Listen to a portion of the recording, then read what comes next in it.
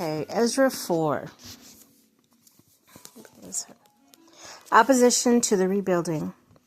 When the enemies of Judah and Benjamin heard that the exiles were building a temple for the Lord, the God of Israel, they came to Zerubbabel and to the heads of the families. They said, "Let us help you build, because, like you, we seek your God and have been sacrificing to him since the time of Esarhaddon, king of Assyria, who brought us here." But Zerubbabel, Joshua, and the rest of the heads of the families of Israel answered, "You have no part with us in building a temple to our God.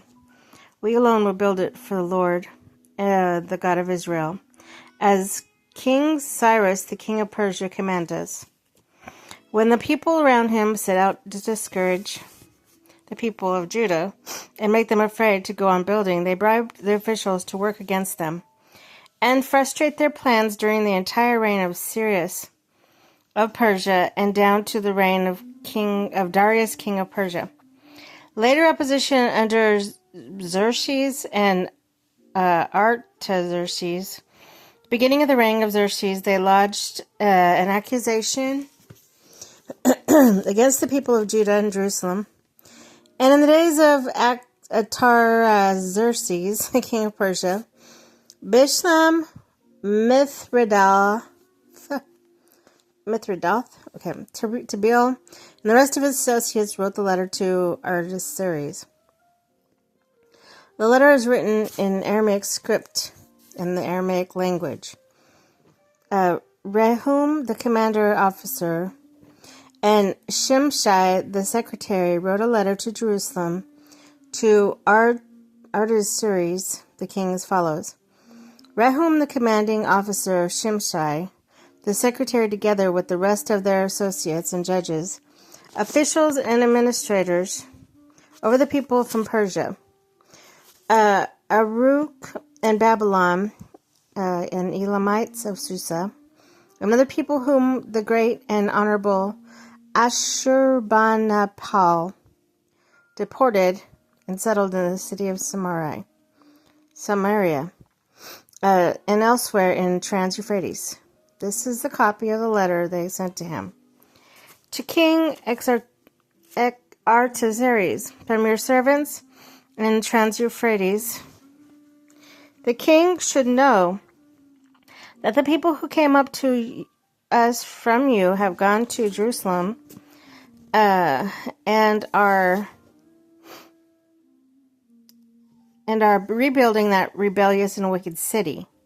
They are restoring the walls and repairing the foundations. Furthermore, the king should know that if the city is rebuilt, or if the city is built and its walls are restored, no more taxes, tribute, or duty will be paid.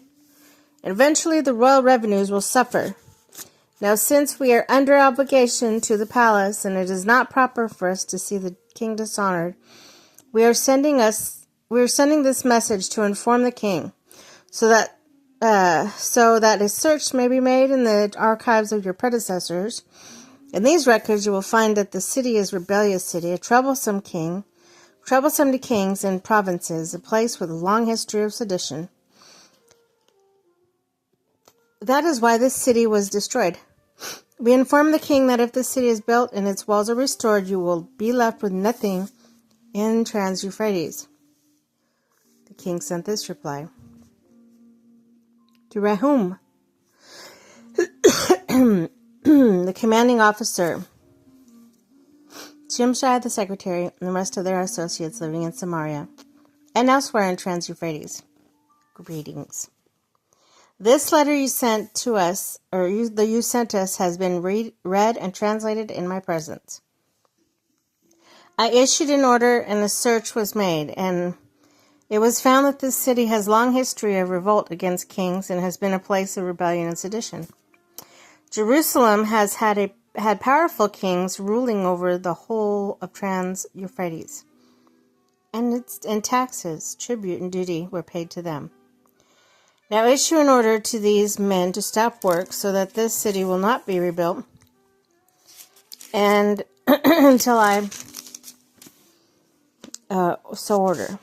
Be careful not to neglect this matter. Why let this great threat grow to the detriment of the royal interest?